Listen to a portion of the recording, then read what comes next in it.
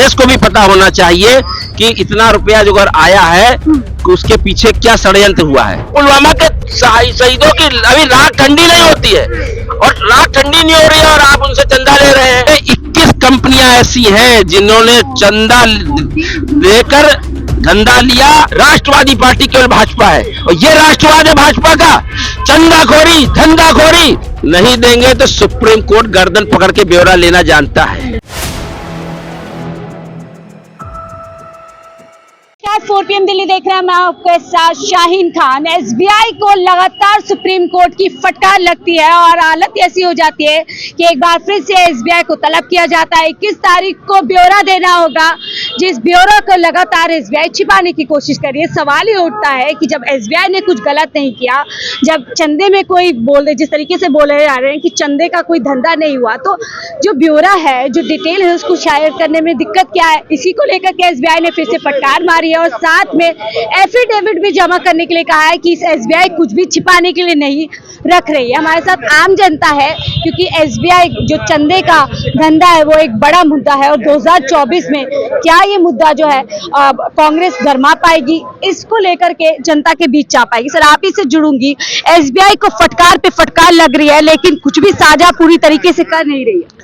देखिए, इस वक्त राजा की नीयत पे शक है और सुप्रीम कोर्ट को ये संदेश पहुंचा है कि राजा की नीयत पे शक है और इसलिए सरकार को अपनी शुचिता ईमानदारी के लिए देश की जनता से झूठ नहीं बोलना चाहिए।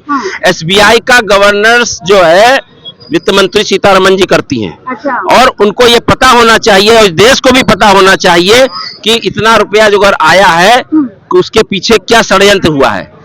देखिए, 2018 से पहले का जो नियम था मनमोहन सरकार का और पूर्ववर्ती कांग्रेस सरकारों का, उसमें आप 3 साल पुरानी कंपनी होना चाहिए प्लस 7.5% आप अपनी इनकम का केवल आप चंदा ले सकते हैं।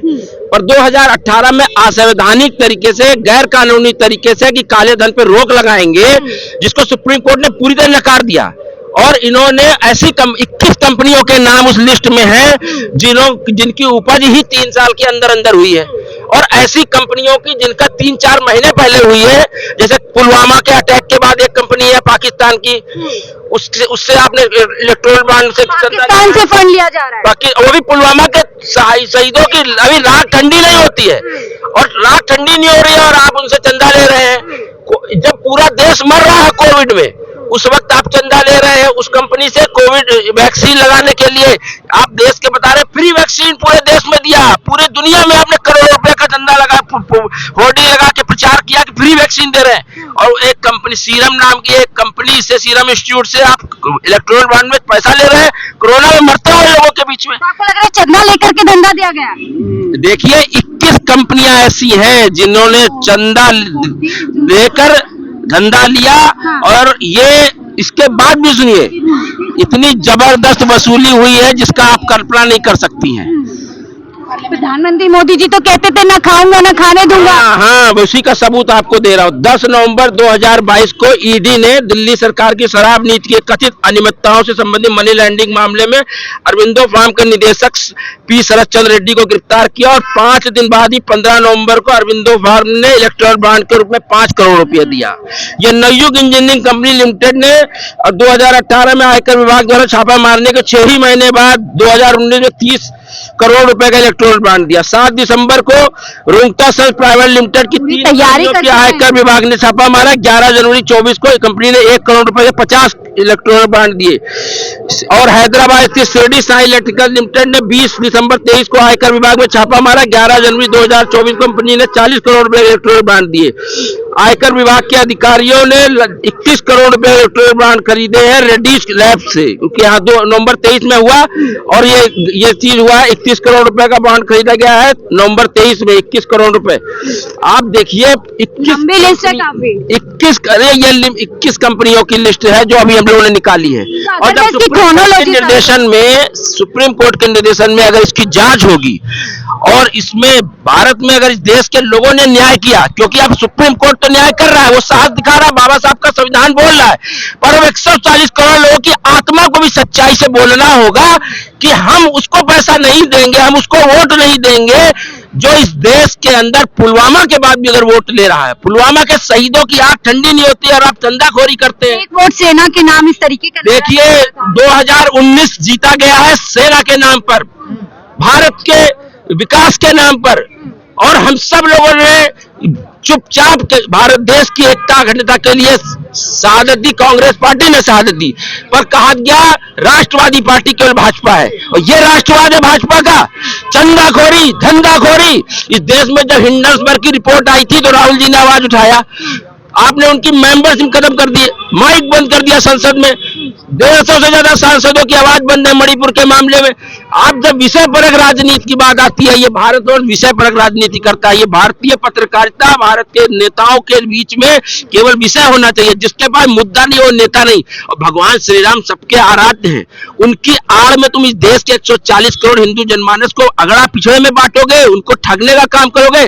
17 बार रोहिणी आयोग जो संवैधानिक अधिकार देने के लिए पिछड़े जाति पिछड़ों को देने के लिए बनाया गया था, उसको लूटने का काम किया गया, उसको 17 बार उसका कार्यकाल बढ़ाया है, और आज तक चुनाव में हम चले गए पर रोहिणी आयोग में जो अति पिछड़े दलितों को जो संवैधानिक अधिकार मिले थे उसकी समीक्षा करने की बात नहीं हुई। आज जब राहुल गांधी जी कह रहे हैं जातीय जनगणना होनी चाहिए, लोगों की राजनीतिक आर्थिक सामाजिक दशा दिशा सामने आनी चाहिए, तो आज आप बार बार धर्म की आड़ में जिस तरीके से कल महाराष्ट्र में मोदी जी ने राहुल गांधी जी के बयान पर ओवरलैपिंग की है, ये देश के 140 करोड़ लोगों के इस्तकबाल के ऊपर ये ओवरलैपिंग किया है उन्होंने।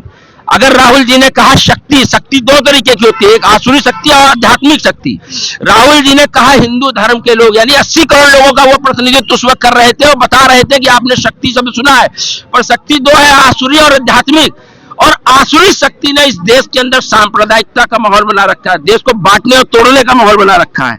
इसलिए ऐसी शक्ति के खिलाफ जब राहुल गांधी ने सवाल शुरू किया तो इलेक्टोरल बॉन्ड की बात ना आने पाए, चाइना जिस तरह हम अरुणाचल प्रदेश को अपना हिस्सा बता रहा है वो बात ना सामने आ पाए, बेरोजगारी महंगाई सामने ना आ पाए, महंगे पेट्रोलियम पदार्थों का मूल्य सामने ना आ पाए, जो आवास की बात करते हैं, आपको यकीन हो, आपने मीडिया चैनल से पता कर लिया, उत्तर प्रदेश में एक स्थान है अकबर नगर, जहां पर कई वर्षों से लोग रह रहे थे और आज उसको पूरी तरीके से ध्वस्त करने का षड्यंत्र किया जा रहा है और उसमें कोर्ट को भी गुमराह किया गया है। एक कम्युनिटी के खिलाफ इस तरीके की कार्रवाई, एक कम्युनिटी नहीं है, उसके अंदर अगर 60% मुस्लिम है तो 40% हिंदू, अति पिछड़े, दलित, गरीब भी हैं। अब लखनऊ अकबर नगर के लोगों को जिस तरीके तहस नहस कर दिया गया है, उनके छोटे छोटे बच्चे परिवारों को, बहुत ही इकोनॉमिक वीकर्स परिवार हैं, उनको बर्बाद करने का काम करे। और बॉन्ड पे एक बार बॉन्ड पे आ जाती हूँ, बॉन्ड पे सवाल लेती हूँ। आपने यहाँ पे पूरी क्रोनोलॉजी समझाई है, और अगर बात करूँ राहुल गांधी की, जो महाराष्ट्र में उन्होंने बयान दिया, शक्ति से शुरुआत करते हैं और वहां पर वो बात कहना चाहते हैं कि किस तरीके से ईडी, सीबीआई जैसी एजेंसियों को इस्तेमाल करके जो महाराष्ट्र के मंत्री अपनी तरफ किए गए, यही बात कर रहे हैं। और आपने यहाँ क्रोनोलॉजी भी समझाई है कि ईडी, सीबीआई जैसी बड़ी बड़ी एजेंसियों का इस्तेमाल किया जाता है, इधर उनका डंडा मारा जाता है और चंदा पहुंच जाता है, ऐसे ही क्रोनोलॉजी समझा रहे हैं। देखिए माफियावाद, मैं उत्तर प्रदेश से आता हूँ, बहुत माफिया है, तो माफिया राज आज तो नहीं, आज तो माफिया, सब माफिया भाजपा में आ चुके हैं, इसलिए खत्म हो चुका है। आप किसी भी माफिया का नाम लीजिए, वो भारतीय जनता पार्टी का झंडा लगाए घूम रहा होगा, जिस गाड़ी में भाजपा का झंडा बैठा उसमें बड़ा सा गुंडा। इस देश के अंदर उसी संस्कृति को अपनाया जा रहा है। ये महात्मा गांधी के देश के अंदर जहां पर अहिंसा को परम धर्म माना गया है, आज आसाराम को मानने वाले राम के नाम पर वोट भी पा रहे हैं, और आसाराम और राम रहीम पैरोल पे खुलेआम घूमने की बात करते हैं, पैरवी करते हैं जो भाजपा के एजेंट, जो भगवा पहन के भगवा का अपमान करते हैं, हिंदू धर्म का अपमान करते हैं, वो आसाराम की पैरवी करते हैं, वो राम रहीम की पैरवी करते हैं। और हम अयोध्या के वासी हैं, अयोध्या के रहने वाले हैं, भगवान श्री राम हमारे आराध्य। मेरा फेसबुक से लेकर हर डीपी देख लीजिए, भगवान श्री राम कनक भवन के राम सीता बैठे हुए हैं। हम लोग आराध्य के लिए समर्पित हैं, क्योंकि भगवान राम। भाजपा सिर्फ अपना कॉपीराइट क्यों दिखाती है राम? देखिए राम का क्या चरित्र था, राम ने सत्ता छोड़ी थी और पैदल जंगल जंगल, नल नील भालू, सभी जीव जंतु, सभी आदिवासी, अति पिछड़े, दलित, सभी के साथ सबरी के जूठे बेर खाने भगवान राम गए थे। मोदी जी नहीं खाने जा रहे हैं, कालीन कारपेट पे बैठ करके एक्टिंग कर रहे हैं। उनको मुंबई में बढ़िया रोल मिलेगा, उसी को करें। इस देश को गुमराह करना बंद कर दे, क्योंकि अब तो नहीं चलेगा। क्योंकि अब सारी जुमलेबाजी 10 साल बहुत होता है। 10 साल में आपने एक गारंटी नहीं, ना 15 लाख खाते में आए, और आपने कहा था 2 करोड़ नौकरी, यानी 20 करोड़ नौकरी आप खा गए हैं। 20 करोड़ लोग, मतलब देश की 60% युवा शक्ति को आपने खत्म कर दिया। अब आपने मेरी शक्ति पकड़ा, शक्ति को कहिए कि आप शक्ति के विरोध कर रहे हैं। पूरा जो मणिपुर की बेटी, उसके साथ जिस तरह विभत्सता हुई, और स्वयं अपनी खुद की पत्नी, अपनी बेटी, किसी की बेटी है, उसको जो आपने परित्याग किया है, इससे बड़ा उदाहरण आप क्या देंगे कि आप कितना। आखिरी सवाल लेती हूँ, एसबीआई को जो फटकार लगी है, क्या लग रहा है किस तारीख को ब्यौरा दिया जाएगा पूरी तरीके से? नहीं देंगे तो सुप्रीम कोर्ट गर्दन पकड़ के ब्यौरा लेना जानता है। पार के आंकड़ा करिए, क्या ये जनता की आवाज है? जिस तरीके से आप आरोप लगाते हैं, ईवीएम की आवाज है। देखिए, जनता का जो विश्वास, एक मिनट भैया, जनता का विश्वास कर्नाटक में कांग्रेस ने जीता, हमारे विधायक तोड़ खरीद के बेच लिया। महाराष्ट्र में हमने सरकार बनाई, इन लोगों ने, जनता की आवाज थी, महाराष्ट्र में कांग्रेस महागाड़ी सरकार बने, उसको तोड़ा खरीदा बेचा। उत्तराखंड में संवैधानिक अधिकारों का हनन करके राज्यपाल तक की संस्था ने अपना चरित्र दिखा दिया। लगातार आपने पिछली बार देखा, मध्य प्रदेश में भी चुनी हुई सरकार को किस तरीके से गिरा दिया। आप अभी देख रहे थे हिमाचल प्रदेश में माननीय सुप्रीम कोर्ट ने 6 सांसदों को कोई राहत नहीं दिया, कहा यह अधिकार उच्च विधानसभा अध्यक्ष को है। तो आप देख रहे हो, संवैधानिक संस्थाओं को लगातार गिरवी रख के, गुलाम बना कर अगर आप सरकार बना रहे हो, तो इसमें आप ये कैसे कह सकती है कि जनता ने नकार दिया कांग्रेस को? पीएम मोदी कहते हैं जनता का विश्वास। पीएम मोदी बाबा साहब का संविधान नहीं है। पीएम मोदी बाबा साहब के संविधान को चलाने के लिए अपॉइंट किया है 140 करोड़ लोगों ने।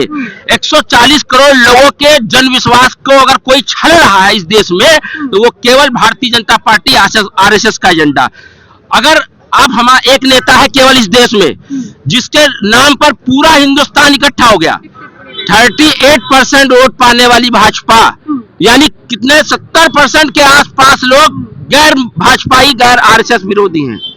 तो अगर लोग भाजपा के विरोध में हैं, तो मीडिया का धर्म यह है कि 70% लोगों की आवाज बने, क्योंकि मीडिया चौथा स्तंभ है। एसबीआई को लेकर के जो आम जनता है इस बार गुस्से में है, क्योंकि जिस तरीके से चंदे के नाम पर एक गोरख धंधा किया गया, उसकी अब पोल धीरे धीरे खुल रही है। हालांकि एसबीआई अभी तक जो है ढीठ तरीके से व्यवहार कर रहा है, डेटा मांगा जा रहा है लगातार सुप्रीम कोर्ट के जरिए से, लेकिन ना करते हुए जो है डेटा ब्यौरा जो है साझा नहीं कर रहा। अब 21 तारीख को देखना होगा कि ऐसे में एसबीआई कोई बड़ा कदम उठाएगी या फिर एक बार फिर से सुप्रीम कोर्ट से एसबीआई को फटकार लगेगी। फिलहाल मुझे दीजिए इजाजत, मैं शाहीन खान, 4 PM दिल्ली के लिए।